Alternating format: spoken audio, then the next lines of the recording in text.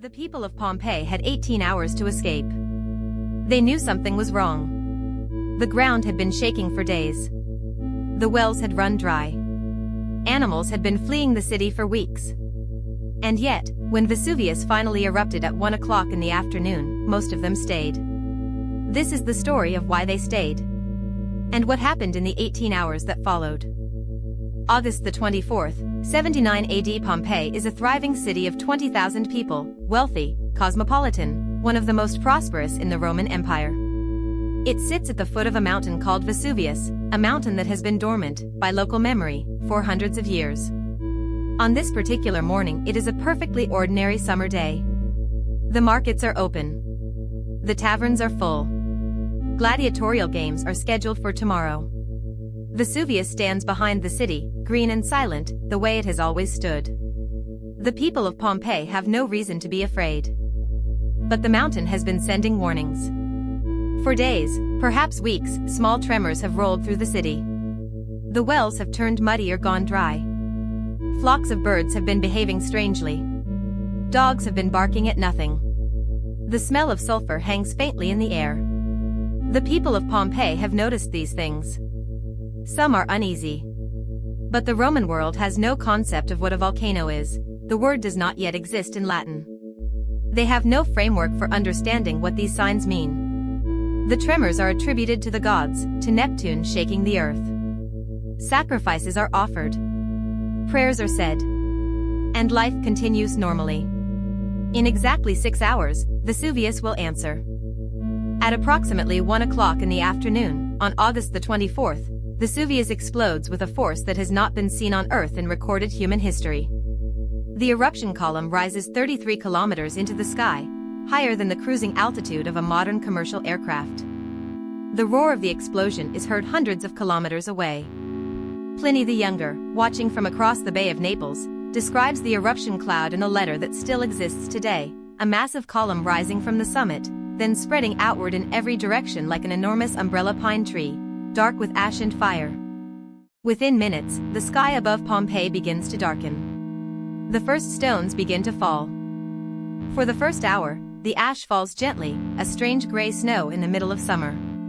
The pumice stones are small at first, the size of pebbles, pattering against roof tiles. They fill the streets like a slow gray tide. People come out of their homes and look up at the darkening sky with confusion, with wonder, with fear. Some of them, the wealthy, those with horses and carts, those with the means and the instinct to flee, begin to leave immediately. They grab what they can carry. They head for the harbor, for the city gates, for any road that leads away from the mountain. They are the ones who will survive. The rest watch them go, and stay.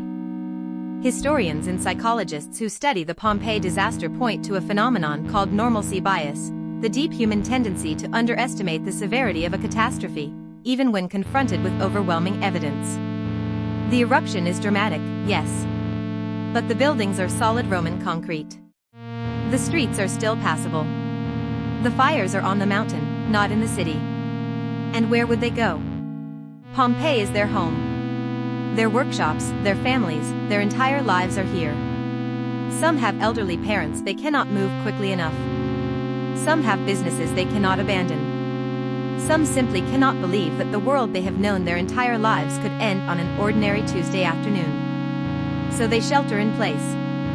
They hide in their houses, in their cellars, in the public baths and temples. They wait for it to stop. It does not stop. By mid-afternoon, the sky over Pompeii is completely dark. Not overcast. Not stormy. Dark as midnight, in the middle of the afternoon. The ash cloud has blocked out the sun entirely. People move through the streets with torches. The pumice accumulates at a rate of 15 centimeters per hour. Roofs begin to crack and collapse under the weight. In the harbor, the sea has retreated dramatically, an eerie calm before something worse arrives.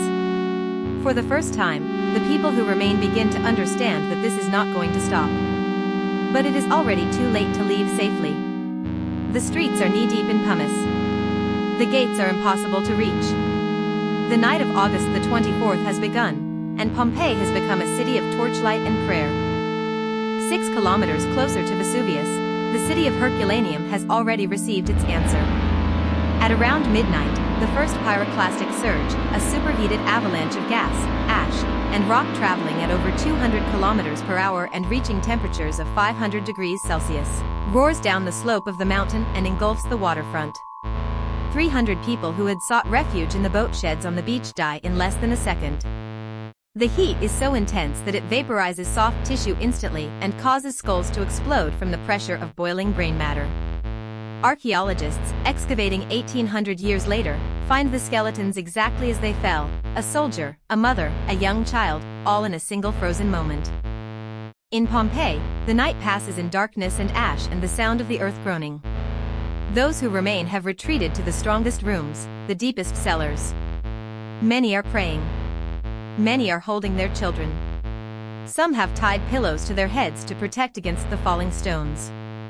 The pumice layer in the streets is now more than a meter deep. Across the bay, Pliny the Younger is watching the darkness spread from the coast. He writes that people were screaming, calling out the names of their relatives, some lamenting their own fate, some praying for death to come quickly. And some, he notes, stood in perfect silence, making no sound at all. At dawn on August the 25th, 18 hours after Vesuvius first erupted, the volcano enters its final and most lethal phase. In rapid succession, 6 pyroclastic surges roll down the mountain. The first reaches the northern walls of Pompeii. The second pours through the city streets. The third and fourth arrive within minutes. Each surge is a wall of superheated gas and ash traveling at hurricane speed. The temperature at street level reaches 300 degrees Celsius. Death comes in seconds. The ash is so fine, and the heat so sudden, that it hardens in a perfect shell around every living thing it touches, preserving the exact shape of every posture, every gesture, every final moment. By midday on August the 25th, Pompeii is gone. The city lies under 6 meters of ash and pumice. The shape of the streets, the walls, the gardens, the theaters, all of it preserved beneath the debris, perfectly intact. In the weeks and months after the eruption, survivors and looters dig through the ruins looking for valuables. Then memory fades. The lava hardens. The ash compacts. Gradually, the name Pompeii disappears from maps. Farmers plow the fields above it without knowing what lies beneath. For 1700 years, the city waits in the dark, the most complete snapshot of ancient Roman life ever preserved, buried 15 feet underground, perfectly sealed, perfectly silent, waiting to be found. In 1748, excavators working for the King of Naples begin digging at a site called Civita, drawn by rumors of ancient structures underground. What they find stops them completely. The buildings are intact. The frescoes are bright. The bread is still in the ovens. The food is still on the tables. Pompeii has been suspended in the moment of its death for 17 centuries. In 1864, the archaeologist Giuseppe Fiorelli notices strange cavities in the compacted ash, hollow spaces in the rock where something organic had been. He pours liquid plaster into them. When the plaster hardens and the ash is cleared away, what emerges is unmistakable. They are people. Pompeii has given back its dead. Today, more than 1,000 individual casts have been made at Pompeii.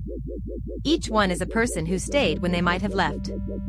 A man curled over a woman and a child, shielding them with his body. A dog still chained to its post, coiled on itself. A gladiator in his cell. A priest clutching the sacred objects of his temple. They are not figures from a history book.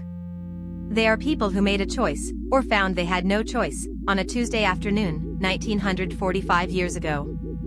And because Vesuvius sealed them so perfectly, we can see exactly how they died. We can read their final postures. We can understand what it means for an ordinary life to end in an instant, in a city that did not know it was dying. Vesuvius is still there. It overlooks the modern city of Naples, a city of 3 million people. Scientists classify it as the most dangerous volcano in Europe. The Italian government has an evacuation plan. It calls for moving 600,000 people out of the danger zone in 72 hours. And in the shadow of Vesuvius, just as the people of Pompeii did, 3 million people live their ordinary lives, going to work, raising their children, in the shadow of a mountain that has killed before and will, one day, kill again. Pompeii is not ancient history. It is a mirror. If you made it to the end, subscribe, more stories like this every week.